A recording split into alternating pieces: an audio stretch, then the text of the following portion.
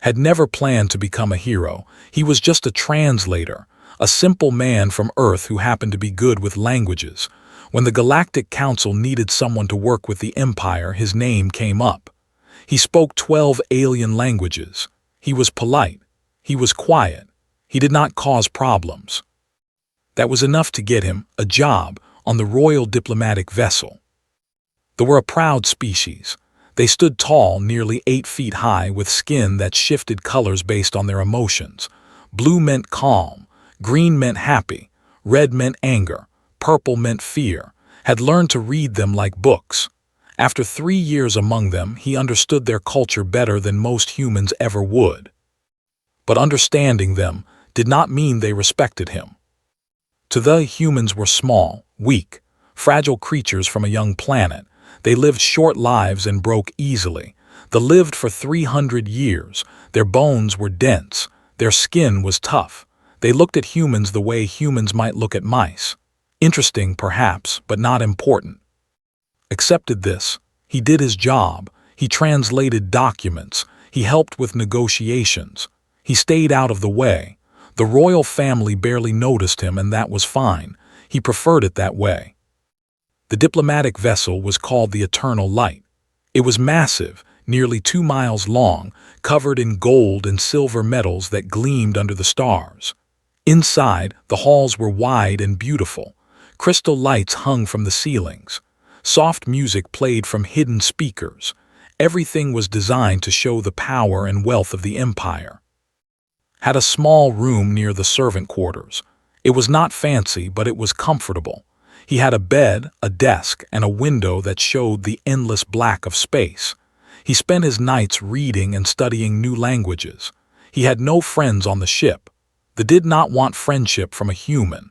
They wanted him to do his work and stay invisible. He was good at being invisible. The trouble started on a normal day. Was walking through the main hall carrying a stack of translation documents.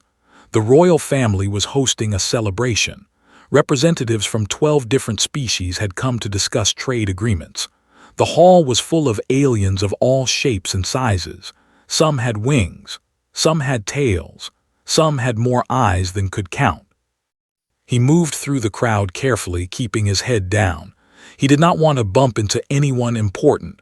That would cause problems. Problems meant attention. Attention was bad. The royal family stood on a raised platform at the center of the hall. King was there, his skin a steady blue, his golden robes flowing around him. Queen stood beside him, her 4 arms folded in front of her chest. She looked bored. She always looked bored at these events.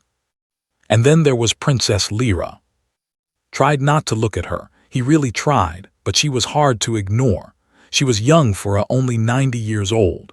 Her skin was a soft silver color that never seemed to change.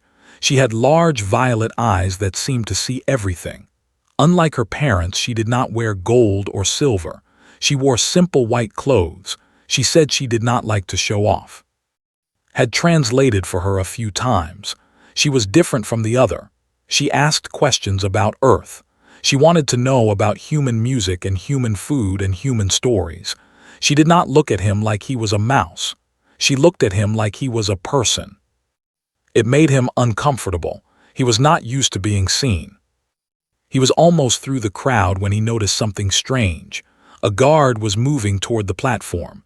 His skin was flickering between colors too fast, blue to red to purple to red again. That was wrong. Guards were trained to control their emotions. They were supposed to stay calm at all times. Stopped walking. He watched the guard carefully. Something was not right.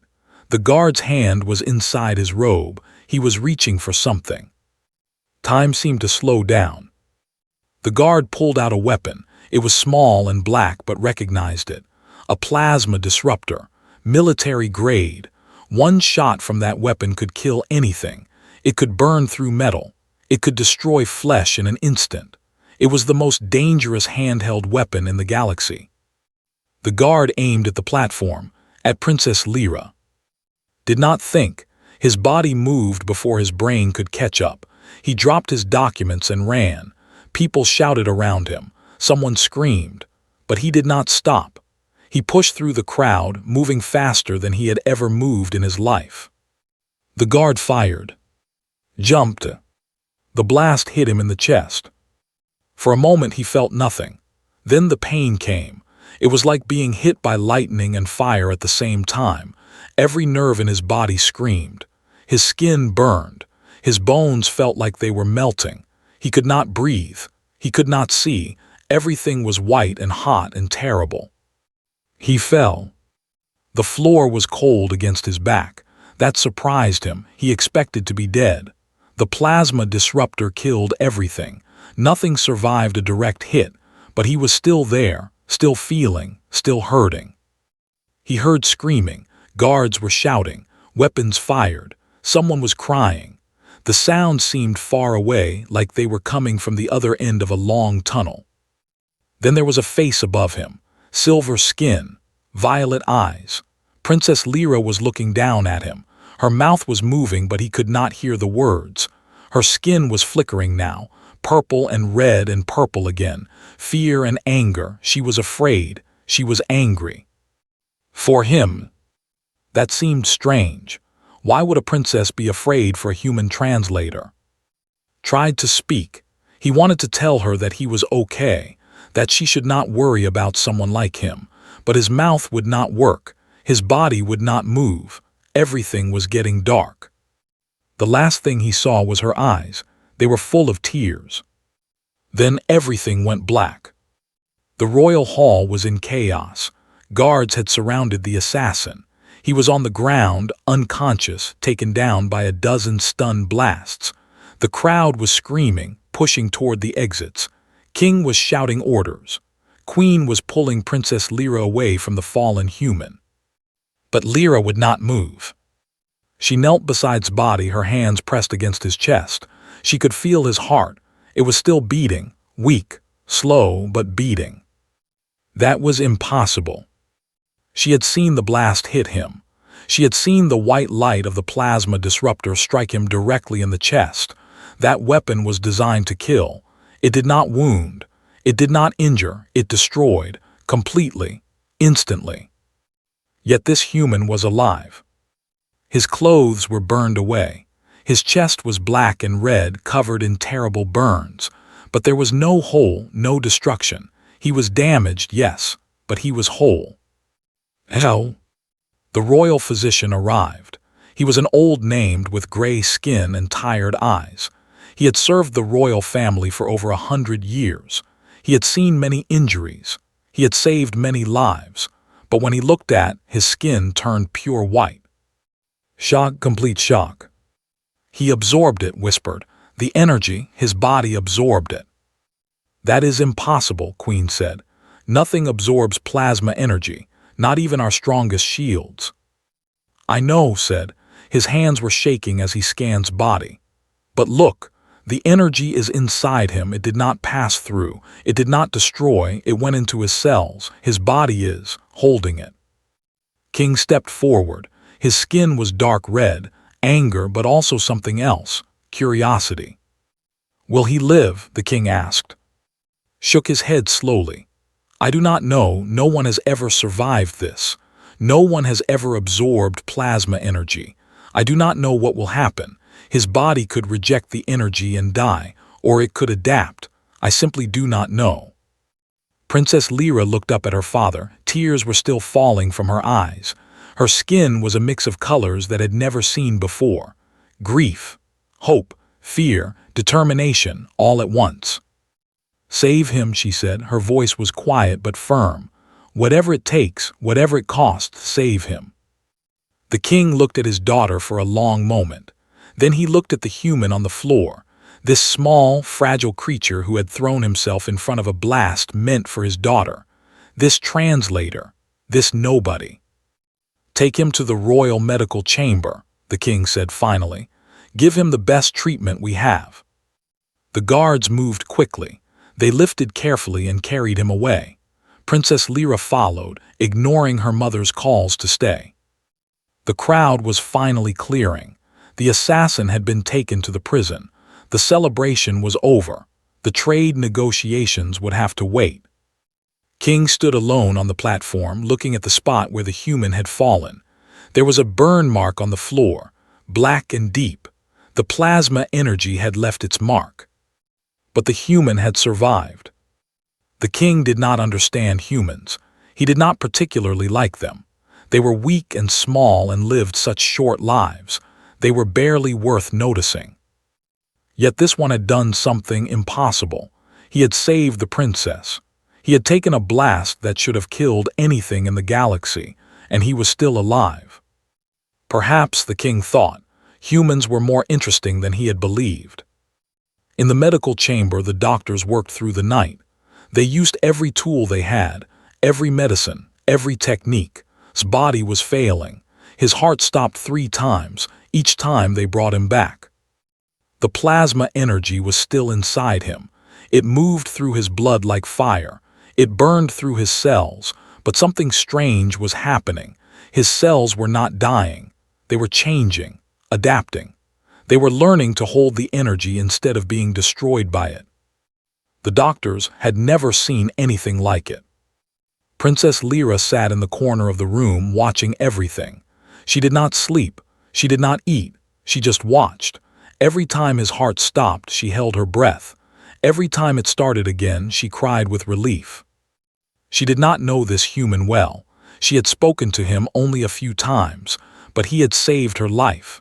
He had given everything for her. No one had ever done that before. She owed him a debt she intended to repay. As the first light of the artificial morning came through the windows, his heart finally stabilized. His breathing grew steady. His burns began to heal at a rate that should have been impossible. He was going to live. And when he woke up, everything would be different. Opened his eyes slowly. The light was too bright. Everything was blurry and white. He blinked several times, trying to make sense of what he was seeing. A ceiling, high and curved, made of something that looked like pearl. It was beautiful. Where was he? He tried to move, but his body felt heavy, like someone had filled his bones with lead. His chest hurt, not sharp pain, but a deep ache that spread through his whole body. He took a breath, then another. The air tasted strange, clean, too clean, like it had been filtered 100 times. Slowly his eyes adjusted to the light. He turned his head to the side. There were machines around him, tall and silver, covered in lights and screens. They made soft humming sounds. Medical equipment, expensive medical equipment, the kind that only the richest people in the galaxy could afford. He was in a hospital room, but not any normal hospital room. The walls were covered in gold patterns. The floor was made of smooth white stone. There were flowers on a table nearby. Real flowers, purple and blue. They smelled sweet. This was not where a translator was supposed to be. Tried to sit up. His arms shook. His muscles felt weak, but he managed to push himself up against the pillows behind him.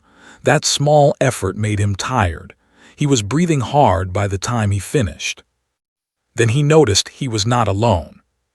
There were people in the room, standing near the door, watching him with wide eyes. Their skin was shifting colors, white and purple and blue, shock and fear and confusion. They were looking at him like he was a ghost. One of them stepped forward. He was tall, even for his skin was a deep gold color. His robes were purple and white, a royal color. Only members of the royal family wore purple. King. His heart started beating faster. The king was in his room. The king was looking at him. That could not be good. He must have done something wrong. Maybe he had caused problems by getting hurt. Maybe they were angry that he had made a scene at the celebration. He tried to bow his head. "Your Majesty," he said. His voice came out rough and weak. "I apologize for any trouble I have caused." The king said nothing. He just stared at with his large golden eyes. His skin flickered between colors, could not read them. There were too many. The king was feeling many things at once. A woman stepped up beside the king. Queen. Her 4 arms were folded across her chest. Her skin was a cool blue, but there was red at the edges. Calm, but with hidden anger. She looked at like he was a puzzle she could not solve. "How do you feel?" the queen asked. Her voice was flat, cold. "Tired," admitted, and confused. "What happened? How long have I been asleep?" 3 days, the queen said. "You have been unconscious for 3 days." 3 days. Tried to remember what had happened. The celebration, the crowd, the guard with the weapon, the princess. The blast. His hand moved to his chest without thinking. He expected to find bandages, wounds, scars, but there was nothing. His skin was smooth, maybe a little sensitive but not damaged. No burns, no holes, nothing. That was impossible. "I should be dead," whispered. "Yes," the king said. It was the first time he had spoken. His voice was deep and heavy. "You should be. A plasma disruptor kills everything. Nothing survives a direct hit. Not any species we know of. The energy destroys cells completely. There is no recovery, no healing, only death." Swallowed hard, "But I am alive." "You are alive," the king agreed. His skin turned a strange shade of orange, did not know what that color meant. The question is why, the question is how. The door opened. More entered, recognized the old physician. Behind him came 2 younger doctors. They were carrying tablets and looking at screens. Their skin was pure white. They were shocked by something. And then she walked in. Princess Lyra. She looked tired. There were dark circles under her violet eyes. Her silver skin was dull, not shining like it usually did. She had not been sleeping, she had not been eating. Could tell. He had learned to read bodies. She was exhausted. But when she saw that he was awake, her skin turned bright green. Happy, pure, simple happiness. She smiled and it changed her whole face. "You are awake," she said. Her voice was soft, relieved. "I was so worried." "Princess," said. He tried to bow again, but his body would not cooperate. "I am glad you are safe." Lyra walked to his bedside. Her parents watched her with careful eyes. She did not seem to notice. She was focused only on him. "You saved my life," she said. "You jumped in front of a plasma blast for me. Why?" Did not know how to answer that question. He had not thought about it. He had not made a decision. His body had just moved. He had seen the weapon. He had seen her. And he had acted. "I do not know," he admitted. "It just happened." "Nothing just happens," the king said. He stepped closer to the bed. His shadow fell over. "You are a translator. You are human. Your job is to translate documents and stay out of the way. Why would you risk your life for my daughter?" Felt small under the king's gaze, small and weak, but he met those golden eyes anyway. "Because it was the right thing to do," he said. "Because she did not deserve to die. Because I could do something, so I did." The king was silent for a long moment. His skin shifted through many colors. Then slowly it settled on a deep blue, calm, thoughtful. The king said without looking away from, "Explain what happened to his body." The old physician stepped forward. He was holding a tablet, looking at the data on the screen. His hands were still shaking slightly. "When the plasma blast hit him, it should have destroyed his cells," began. "The energy should have burned through him in less than a second. But that is not what happened. Instead, his cells absorbed the energy." "Absorbed it," Queen repeated. Her skin flickered red. "How is that possible?" "We do not know," admitted. "Human cells are very different from ours. They are smaller, more flexible. They adapt quickly to new situations. When the plasma energy entered his body, his cells did not fight it. They accepted it. They changed to hold it." "Changed how?" Lyra asked. Pulled up an image on his tablet. It showed 2 cells side by side. One was normal. The other was glowing faintly. "His cells are now holding trace amounts of plasma energy," said. "Not enough to hurt him, but enough to make him different. His body used the energy to heal itself. That is why his wounds closed so quickly. That is why he survived." Looked at his hands. They looked normal, same brown skin, same short fingers, but inside something had changed. He was different now. He did not know what that meant. Is this permanent? He asked. We believe so, said. The energy is now part of your cells. It has bonded with your DNA. We cannot remove it without killing you. So I am, what, some kind of living battery? Skin turned pink. Embarrassment. In a way, yes. Your body now holds energy that could power a small spacecraft, but it is stable, it is not dangerous, you are not going to explode. That is good to know, said quietly. King turned away from the bed. He walked to the window and looked out at the stars. His hands were clasped behind his back. He was thinking, planning, could see it in the way his skin slowly shifted colors. This information does not leave this room, the king said finally. No one outside the royal family and the medical team will know what this human can do. If our enemies learn that humans can absorb plasma energy, it will change everything. They will want to study them, capture them, use them as weapons. But the people at the celebration saw him take the blast, Queen pointed out. They saw him survive. They saw him get hit and fall, the king corrected. They did not see him absorb anything. We will say that he was wearing experimental armor, new technology, a prototype. That explains his survival without revealing the truth. Listen to them plan. They were talking about him like he was not there, like he was a thing to be managed, not a person. He was used to that. Humans were always treated like objects by the older species. It did not bother him anymore. But then Lyra spoke. What about him? She asked. She was looking at what happens to him now. The king turned back to face them. He will stay in the palace, where we can watch him, study him, make sure no one learns the truth. He is not a prisoner, Lyra said sharply. Her skin flickered red. He saved my life. He is a hero. He is a mystery, the king said, and mysteries are dangerous. Until we understand what he is, he stays close. Father, this is not a discussion.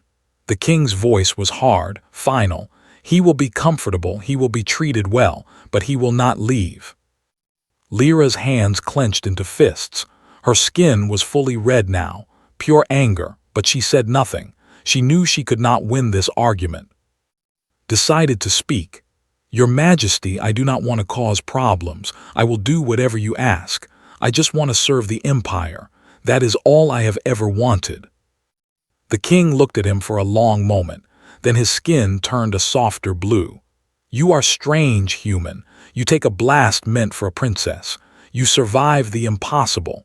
And then you say you just want to serve. I do not understand you.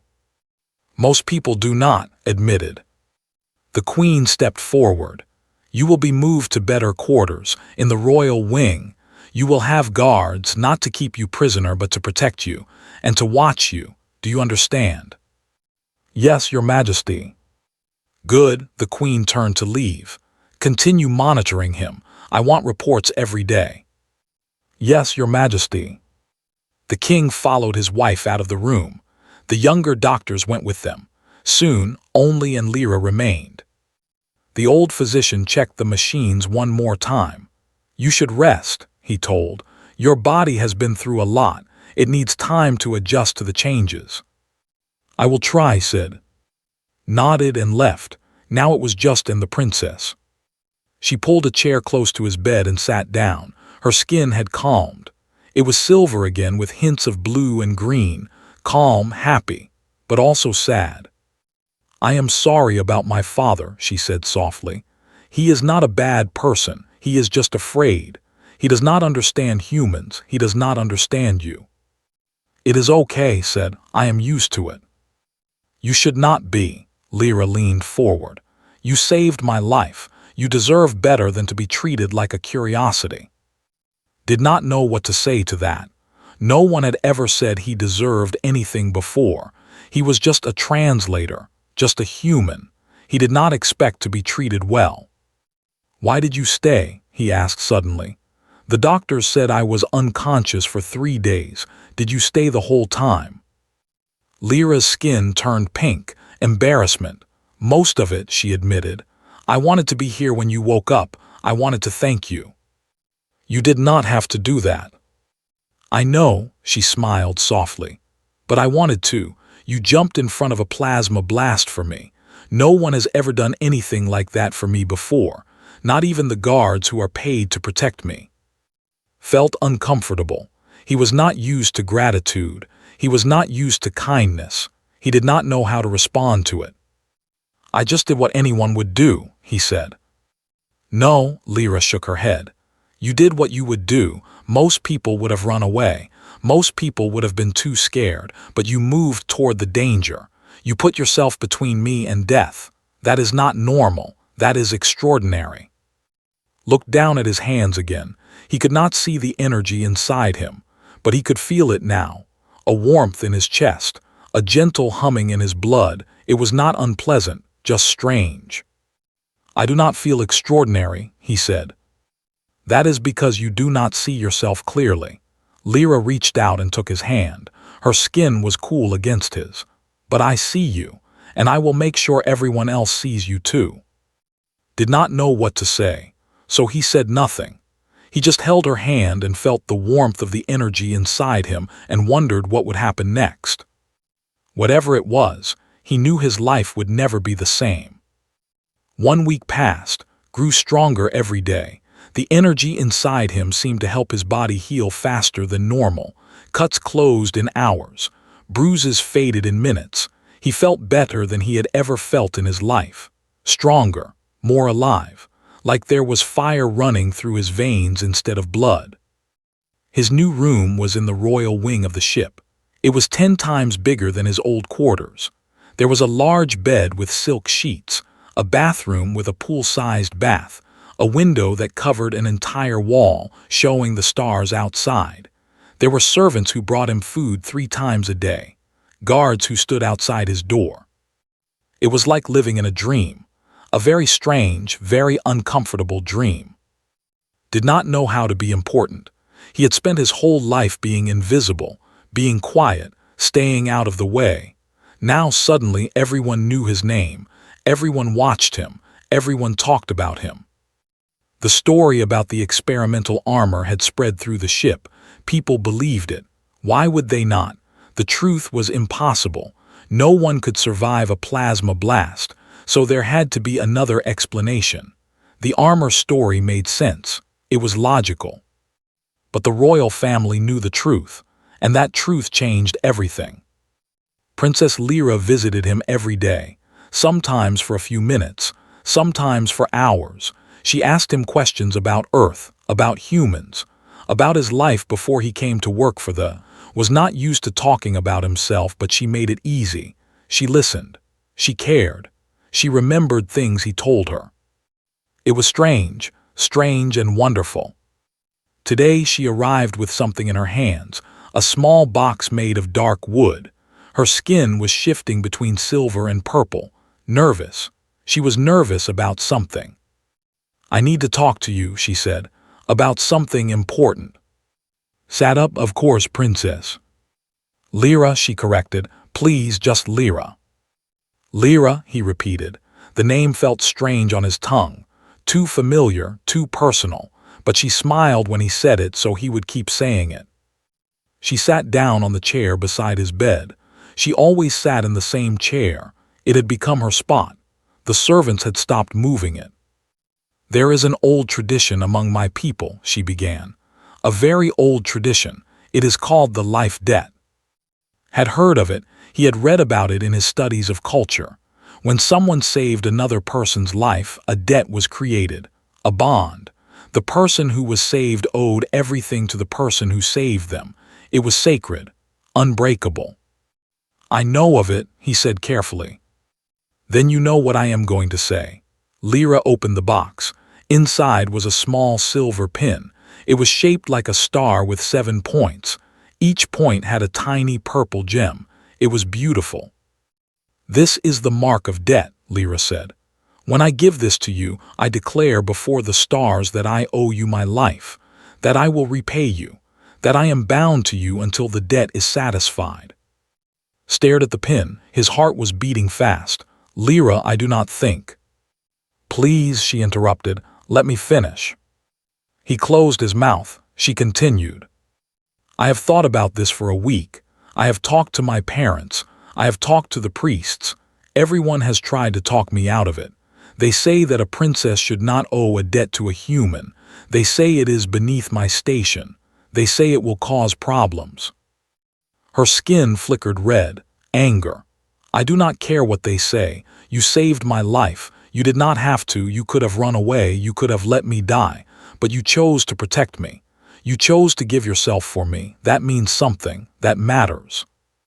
She held out the pin. I, Princess Lyra of the Empire, declare a life debt to of Earth. I owe him my life. I will repay him. I am bound to him until the debt is satisfied. The words hung in the air, could feel their weight. This was not a small thing. This was not a gesture. This was real, official, permanent. Lyra, he said softly, you do not owe me anything. I did not save you because I wanted something in return. I saved you because it was right. I know, she said. Her voice was thick with emotion.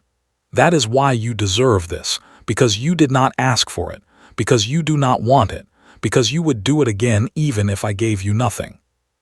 She reached forward and pinned the star to his shirt. Her hands were shaking slightly. When she finished, she sat back and looked at him. Her eyes were wet with tears. You are part of my family now, she said. By our laws, by our traditions, you are bound to me, and I to you. No one can take that away. Touched the pin gently. It was warm against his chest. He did not know what to say. He did not know what to feel. Everything was happening so fast. What does this mean? He asked. Practically, I mean, what changes? Everything, Lyra said. You are no longer a translator. You are no longer a servant. You are a member of the royal household. You will have status, protection, rights. No one can treat you as less than them anymore. The court will not be happy about this. The court can go to the dark stars, Lyra said with sudden anger. Her skin turned deep red. I am tired of being told what I can and cannot do. I am tired of being controlled by rules that do not matter. You saved my life. You deserve to be honored, and I will honor you no matter what anyone says. The door opened. King walked in. His skin was a complex mix of colors, blue and red and gold, calm and angry and thoughtful all at once. He looked at the pin on his chest and his jaw tightened. So, he said, you did it. Yes, father, Lyra said. She stood up and faced him.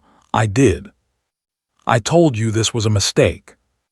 And I told you I did not care. The king walked further into the room. His guards stayed by the door. He stopped a few feet from the bed and looked down at. Do you understand what my daughter has done? He asked. I think so, your majesty.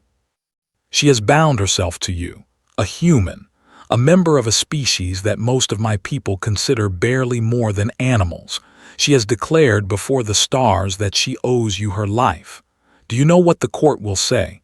Do you know what our allies will think? I imagine they will not be pleased.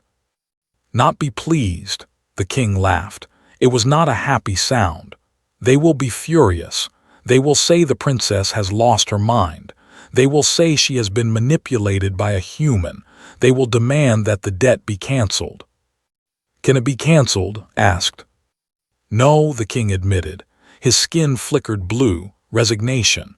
A life debt is sacred. Once declared, it cannot be broken. Not by me, not by anyone. It is done.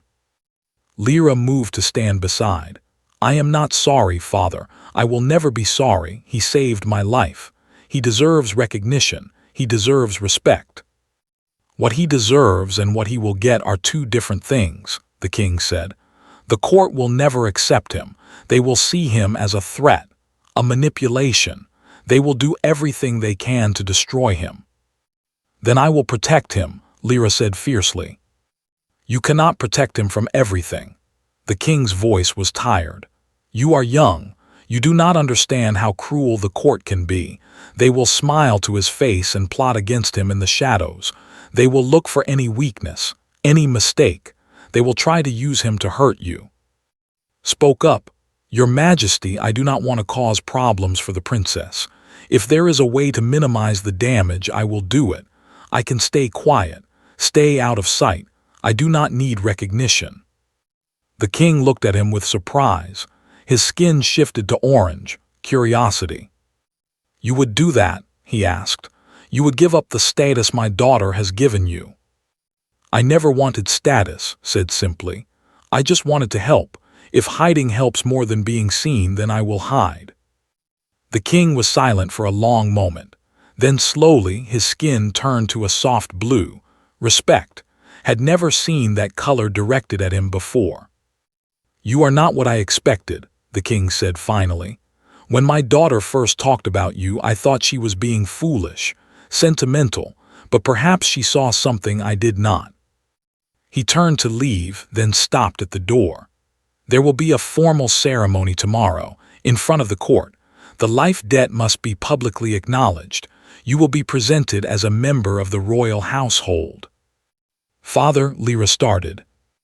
"It is the law," the king interrupted. "A life debt must be witnessed. The court must see it. We cannot hide it forever, and trying to hide it will only make things worse. Better to face them directly. Let them see who you have bound yourself to." He looked at one more time. "I suggest you prepare yourself human. Tomorrow you become the most talked about person in the empire." Then he was gone. Lyra sat down heavily in her chair. Her skin had faded to a pale silver. Exhaustion. "I am sorry," she said. "I did not think he would demand a ceremony. I thought we would have more time."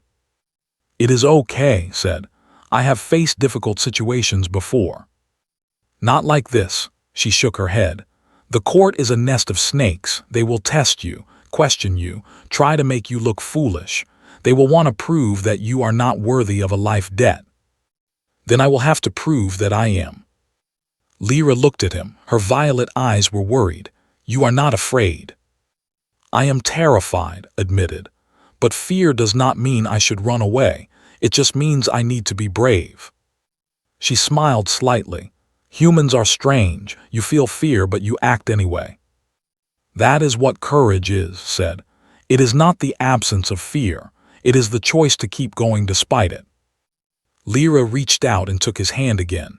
"I will be beside you tomorrow, no matter what happens. I will not let them hurt you." "I know," said. "Thank you." They sat together in silence, watching the stars through the window. Tomorrow would be difficult. Tomorrow would be dangerous. But for now, in this quiet moment, everything was peaceful. Touched the star pin on his chest. It was warm against his skin. He still did not understand why Lyra had chosen him, why she had bound herself to a simple human translator, but he was grateful, more grateful than he could say. She had given him something he had never had before, a place, a purpose, a family. He would not let her down. The next morning came too quickly, barely slept. His mind was racing with thoughts about the ceremony. What would he say? How should he act? What if he made a mistake? Servants came to help him prepare. They dressed him in fine clothes, blue and silver, the colors of a royal guest. They combed his hair and cleaned his face and made sure he looked presentable. When they were done, looked in the mirror, he barely recognized himself. He looked like a noble, like someone important. It felt wrong. But it was time. Guards escorted him through the ship to the Great Hall, the same hall where the assassination attempt had happened. It had been cleaned, repaired. There was no sign of the violence that had occurred there. The court was waiting, hundreds of dressed in their finest clothes, nobles and advisors and military officers. They all turned to look at as he entered. Their skin shifted through colors, curiosity, disgust, anger, interest. He was being judged. Every step he took was being watched. Every breath he took was being analyzed. He kept his head high. He kept his face calm. He walked toward the raised platform where the royal family waited. King, Queen, and Princess Lyra. Lyra was wearing white again, but now there was a purple sash across her chest, the color of life debt, the color of sacred bonds. She looked beautiful, she looked strong. Stopped at the base of the platform and bowed deeply. "Rise," King said. His voice echoed through the hall. stood straight. The king looked out at the assembled court. "Today we witness a life debt," the king announced. "My daughter, Princess Lyra, declares herself bound to this human of Earth. He saved her life. He took a plasma blast meant for her. He survived what should have killed any being in the galaxy." Whispers filled the hall, could feel the stares, the suspicion, the doubt. "By our ancient laws, by our sacred traditions, he is now part of the royal household. He is to be treated with respect. He is to be protected. He is one of us." More whispers, louder now. The king raised his hand and they fell silent. "I know many of you have questions. I know many of you have doubts. I share them. But the law is the law. The debt is declared. It cannot be undone." He looked down at, stepped forward, climbed the steps to the platform. His legs felt weak, but he forced them to carry him. He stopped in front of the king. The king said formally, "Do you accept the life debt that my daughter has declared?" "I do," said. His voice was steady, calm. He was surprised by that. "Do you understand the responsibilities that come with this bond?" "I do." "Do you swear to honor it, to protect the one who has bound herself to you, to serve the empire that has accepted you?" Paused. This was more than he had expected. He was being asked to swear loyalty, to bind himself just as Lyra had bound herself. He looked at Lyra. She was watching him with hope in her eyes, with trust. She believed in him. "I swear," he said. The king nodded. He turned to Lyra. "And you, my daughter, do you confirm this debt before the stars?" "I do," Lyra said clearly. "Then it is done." The king raised his voice so the whole hall could hear. "Let it be known throughout the empire, is bound to the royal family. He is under our protection. Any insult to him is an insult to us. Any harm to him is harm to us." The hall was silent.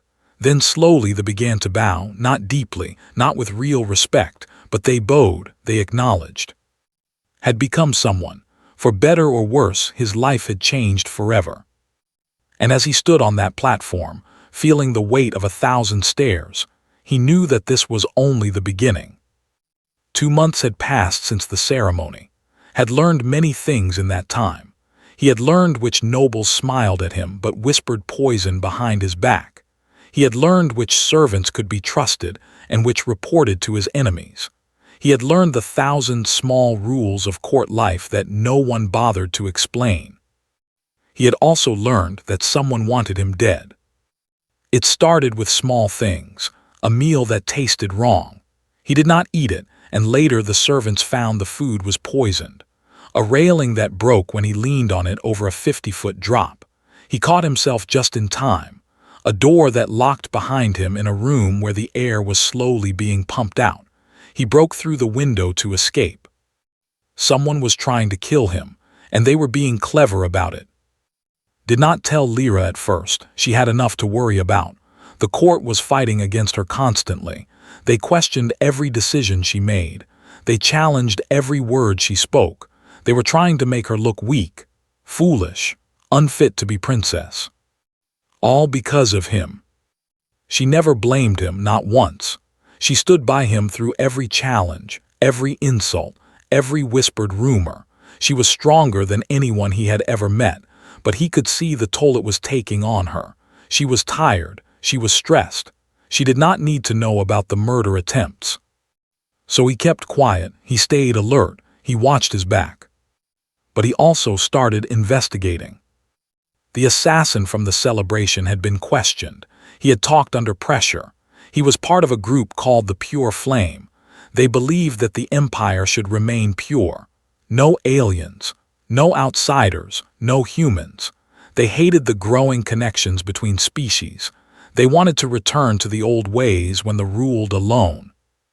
The assassin had been hired to kill Princess Lyra because she supported human relations. She had publicly argued for more trade with Earth. She had welcomed human diplomats when others wanted to turn them away. The Pure Flame saw her as a traitor to her species. But the assassin was just a tool, a weapon pointed at a target. Someone else had aimed him. Someone else had given the orders. Someone inside the palace. Needed to find out who. He started by watching. He paid attention to who talked to whom, who left meetings together, who avoided each other in public but met in private. The court was full of secrets, and secrets left traces. Slowly, he began to see patterns. Lord was a high noble with deep red skin and a permanent frown. He had been one of the loudest voices against the life debt. He called a parasite, a manipulator, a stain on the royal family. But his anger seemed too loud, too public, like he was trying to draw attention away from something. Lady was quieter. She had soft green skin and kind eyes. She smiled at whenever she saw him. She said nice things about humans, but her kindness felt wrong, too easy, too perfect, and she was always watching, always listening, always there when important conversations happened. Admiral Borek commanded the Empire's military fleet. He was a warrior and hard. He did not bother with politics. He said humans were weak but useful. He did not seem to care about the life debt one way or another. But his ships had been in strange places lately, moving without orders, visiting systems near Earth. Watched them all. He gathered information. He built a picture. And then he found it. He was walking through the lower levels of the ship late at night. He could not sleep. The energy inside him made rest difficult sometimes. He needed to move, to think, so he walked. He heard voices coming from a storage room. That was strange. No one should be down here at this hour. He moved closer, keeping silent, pressing himself against the wall. "The human is getting too close," a woman's voice said. "Lady, he watches everything, he asks questions. He is not as stupid as he looks." "Then we eliminate him," a man replied. "Lord, another accident, something more final this time." "We have tried 3 times already. He keeps surviving. It is almost like he knows what we are planning." "He does not know anything. He is just lucky, but luck runs out." "We cannot keep failing." A third voice, deeper, Admiral Borek. "The council grows impatient. They want results. They want the princess isolated, weak, ready to be removed." Blood went cold. This was not just about killing him. This was about Lyra. They wanted to remove her from power. They wanted to destroy her. "The human is our biggest problem," Lady continued. "He has given her confidence, strength. Before him she was easy to control. Now she fights back. She questions everything. She has become dangerous." "Then we hit them both," Admiral Borek said. "At the same time, make it look like an external attack. Blame the humans, start a war. The council has been looking for an excuse." "You want to start a war with Earth?" Lord sounded surprised. "I want to start a war with everyone," Borek replied coldly. "Though we're meant to rule the galaxy alone. We have grown weak, accepting other species, treating them as equals. It is time to remember who we are." Had heard enough. He needed to warn Lyra. He needed to tell the king. He stepped back, trying to retreat silently. His foot hit something, a small metal container. It fell over with a loud clang. The voices stopped. "What was that?" Lady asked sharply. "Ran." He heard footsteps behind him, shouts. The conspirators were chasing him. He was faster than them, but they knew the ship better. They would try to cut him off. He took turns at random, trying to lose them. His heart was pounding. The energy inside him was surging, responding to his fear. He could feel it building, growing, wanting to be released. Not now, he thought, not yet. He found a maintenance shaft and crawled inside. It was tight, barely big enough for his body. He held his breath and listened. Footsteps passed by, then stopped. "He went this way," Lord said. "He was right outside the shaft. Search the area, find him." "If he heard us," Lady's voice was worried. "If he heard us, he dies tonight," Admiral Borek said simply. "No more games, no more accidents. We find him and we kill him." They moved away, waited until the footsteps faded completely. Then he waited longer. He counted to 100, to 200. Only then did he crawl out of the shaft. He needed to get to Lyra, but he could not go directly. They would be watching the main routes. He had to be smart. He took the service corridors, the paths that servants and maintenance workers used. He knew them from his time as a translator, back when he was nobody, back when he was invisible. Being invisible had its advantages. It took him an hour to reach Lyra's quarters. The guards at her door were surprised to see him. He looked terrible, dirty, sweating.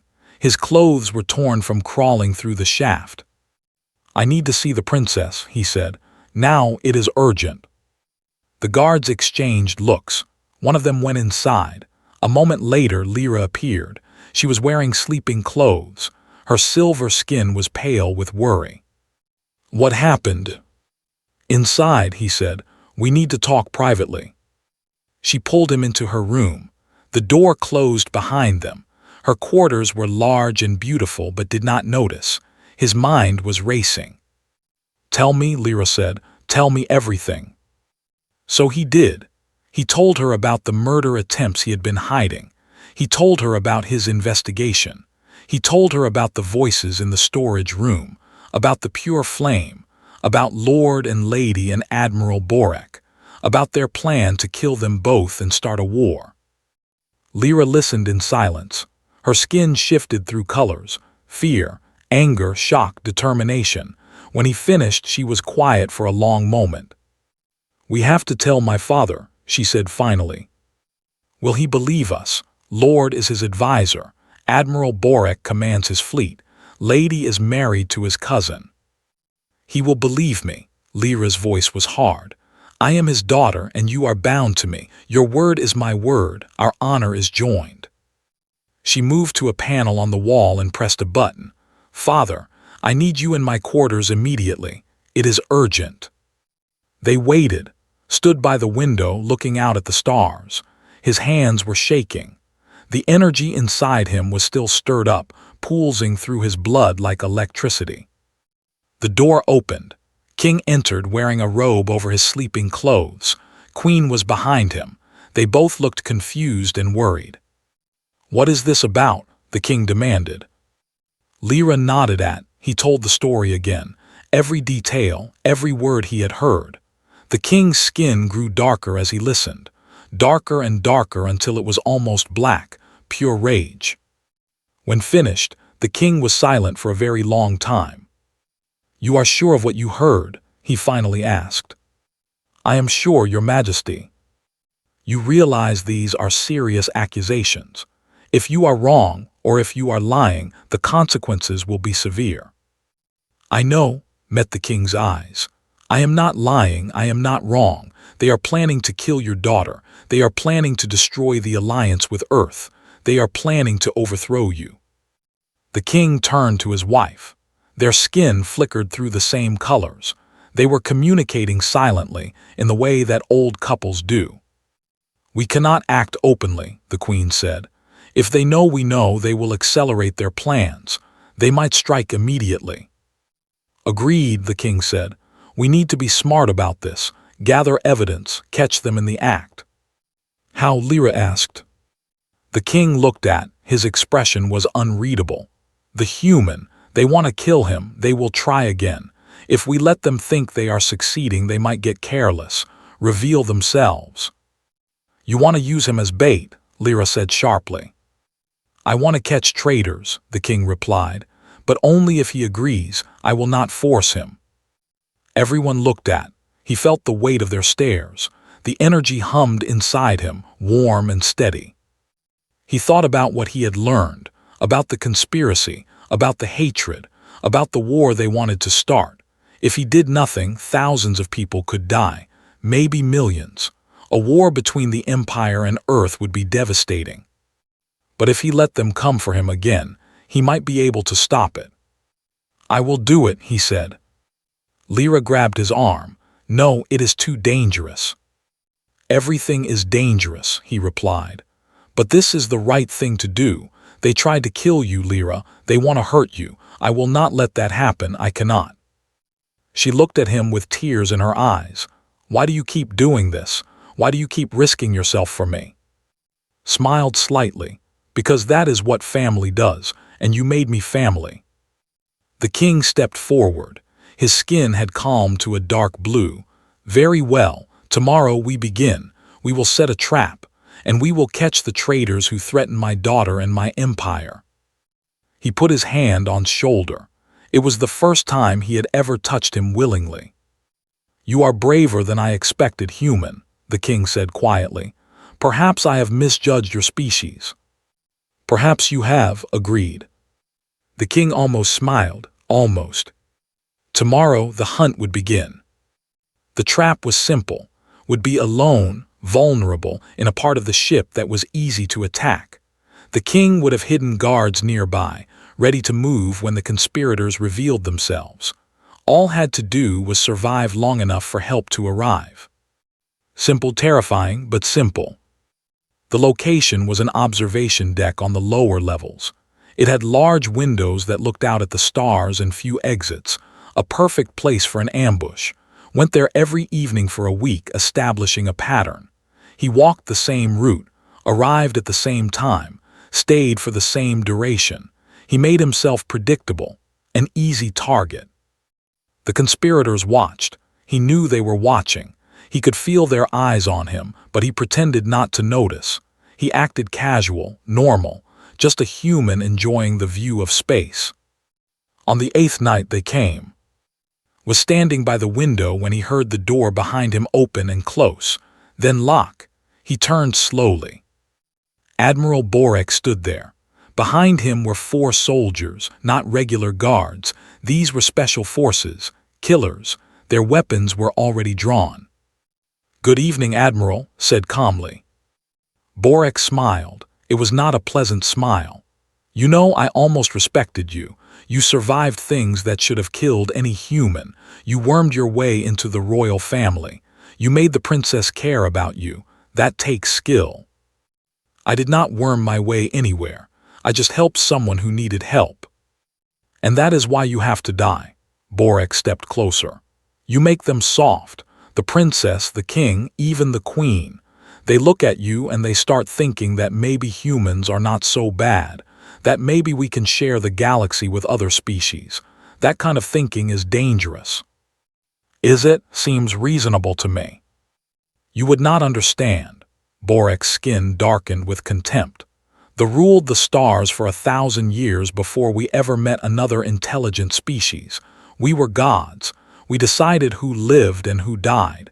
Then we started making alliances, treaties. We started treating lesser species as equals, and we grew weak. You call it weakness, I call it civilization." Borek laughed. "Civilization is for species who cannot take what they want by force, that have force. We have power. We just forgot how to use it, but we will remember. Once the princess is gone, once her father is disgraced, the pure flame will rise. We will make the empire great again." Had been slowly moving while Borek talked, positioning himself, getting ready. The hidden guards would come, but he needed to buy time, and he needed to get evidence. "So you admit it," said loudly. "You are part of the pure flame. You plan to kill the princess. You want to overthrow the king." "Admit it," Borek laughed again. "Human, there is no one here to hear your confession. After tonight you will be dead. Another tragic accident. Perhaps you fell out an airlock. Perhaps you had a bad reaction to alien food. It does not matter. No one will investigate. No one will care." "Are you sure about that?" Borek frowned. "What do you mean?" Smiled. "Did you really think I would come here alone?" The wall panels slid open. King stepped out, flanked by a dozen royal guards. Their weapons were aimed at Borek and his soldiers. Behind them could see Lord and Lady, already in chains, surrounded by more guards. Borek's skin went pure white, shock, complete shock. "Your Majesty," he stammered, "I can explain." "Explain what?" The king's voice was ice. "Explain how you planned to murder my daughter. Explain how you wanted to start a war with Earth. Explain how you have been plotting to overthrow me for years." "It is not what it sounds like." "We heard everything." The king stepped closer to Borek. "Every word you just said, every confession, every threat. You are finished, Admiral, you and your pure flame." Borek's shock turned to rage. His skin shifted to deep red. You think this ends anything? The pure flame is bigger than you know. We have members in every branch of government, in every fleet. Kill me and 100 more will take my place. Then we will find them too, the king said simply. And we will root them out one by one until your poison is completely purged from our empire. Borek looked at, his eyes were full of hatred. You did this. A worthless human destroyed everything we built. I just stood here, said. You did the rest yourself. Borek screamed and lunged at. His hand grabbed a knife from his belt. He moved fast, faster than any of the guards could react. The blade flew towards throat, but was ready. The energy that had been building inside him for weeks finally found release. He felt it surge through his body into his hands. His skin glowed faintly, not bright, but visible. The plasma energy that had almost killed him now flowed through him like water. He caught Borek's wrist. The Admiral gasped. Where touched him, his skin burned, not badly, just enough to hurt. You are not the only one who has power, said quietly. He twisted Borek's arm. The knife fell to the floor. The Admiral dropped to his knees, crying out in pain. The guards moved in. They pulled Borek away and put chains on him. His soldiers surrendered without a fight. They were outnumbered and outmatched. It was over. King walked to his side. He looked at the faint glow still visible on his hands. The energy, you learned to control it. I have been practicing, admitted. Help me understand it. It is not much, but it is something. It is more than something. The king put his hand on shoulder again. You saved my daughter. You exposed the conspiracy. You caught the traitors. The empire owes you a great debt. I did not do it for debt. I know, the king almost smiled. That is why you deserve recognition. Lyra came through the door. She had been watching from a safe location, as her father had insisted. Her skin was bright green with relief and joy. She ran to and threw her arms around him. You are okay, she said. I was so worried. I told you I would be fine. You are always saying that, and I am always worried anyway. She pulled back and looked at him. What you did, it was incredible, stupid and reckless and incredible. I learned from the best. She laughed. It was the most beautiful sound had ever heard. The next few days were chaos. Borek, and were put on trial. Their confession was broadcast across the empire. The evidence was overwhelming. They were found guilty of treason and sentenced to life imprisonment in the darkest prison they had. The pure flame was investigated. Thousands of members were identified. Some were arrested. Others fled. The organization was not completely destroyed, but it was badly damaged. It would take them years to recover. And became famous. The story of the human who had saved the princess twice spread across the galaxy. He was interviewed by news channels from 100 different species. His face was everywhere. People who had never met a human suddenly wanted to meet him. He was invited to diplomatic events, to celebrations, to weddings of nobles he had never heard of. He hated it, but he endured it because it was helping. Human relations improved dramatically. Trade increased. Cultural exchanges began. People started seeing humans differently, not as weak and fragile, but as brave and loyal and surprising. One person can change the galaxy, was starting to believe that. A month after the trial, King summoned him to the throne room, went expecting another formal event, another speech, another ceremony he would have to smile through. But when he arrived, only the royal family was there. The king, the queen, and Lyra. Close the doors, the king said. The guards bowed and left. The massive doors closed with a heavy sound. Now they were alone. The king began. You came to our ship as a translator, a nobody, a human in a galaxy that did not care about humans. You did your job quietly. You stayed invisible. You asked for nothing. Said nothing, he waited. Then you did the impossible. You saved my daughter from an assassin. You absorbed an attack that should have killed you. You exposed a conspiracy that threatened our entire empire. You did all of this without asking for reward, without demanding recognition, without ever losing your humility." The king stepped down from his throne. He walked to and stood directly in front of him. "I was wrong about humans," the king said. "I thought you were weak. I thought you were insignificant. I thought you had nothing to offer the galaxy. I was wrong. You have courage. You have loyalty. You have strength that cannot be measured by the size of your body or the length of your life." He reached into his robe and pulled out a small box. Inside was a golden medallion on a chain. It was engraved with symbols recognized. The ancient language, the marks of the royal house. "This is the medallion of the Guardian," the king said. "It has not been given in 300 years. It is the highest honor our empire can offer. It makes you not just a member of the royal household, but a protector of it, a guardian of the crown." Stared at the medallion. "Your Majesty, I cannot." "You can and you will." The king held out the box. "This is not a request. This is a command from your king. Accept this honor. Become the guardian of the royal family." Looked at Lyra. She was smiling, tears streaming down her silver cheeks. The queen was watching with something that might have been approval in her eyes. He reached out and took the medallion. It was heavy in his hand, heavy with history, heavy with meaning. "I accept," he said.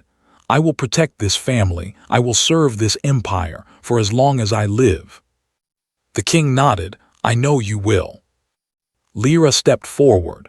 She took the medallion from his hands and placed it around his neck.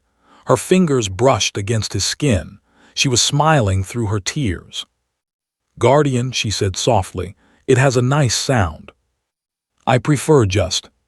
"Too bad. You are a guardian now. You will have to get used to the title." He laughed. It felt strange to laugh in the throne room, strange but good. The ceremony was over, but the queen had one more thing to say. "The news of your appointment will spread quickly," she said. "Every species in the galaxy will know that a human has become guardian of the throne. It will change how they see your people." "I hope so," said. "It already has." Queen stepped closer. "We have received messages from Earth, from your government. They are requesting a formal alliance. They want to establish embassies. They want to join the Galactic Council, and they are asking for you to be their representative." Blinked me. "You are the most famous human in the galaxy.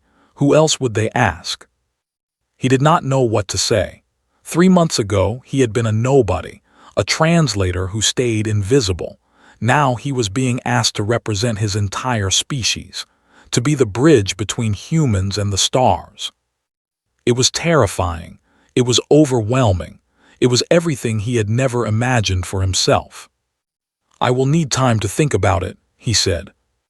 "Take all the time you need," the king said. "Whatever you decide, you will always have a place here. This is your home now." Home had not had a home for a very long time. He had been alone, moving from job to job, planet to planet, never belonging anywhere. But now, standing in the throne room of the empire, wearing the medallion of a guardian, looking at the people who had become his family, he finally felt like he belonged. He looked out the window at the stars, billions of them, billions of worlds, billions of possibilities. Somewhere out there, Earth was waiting. His people were waiting. They were just beginning their journey into the galaxy. They would need help, guidance, protection.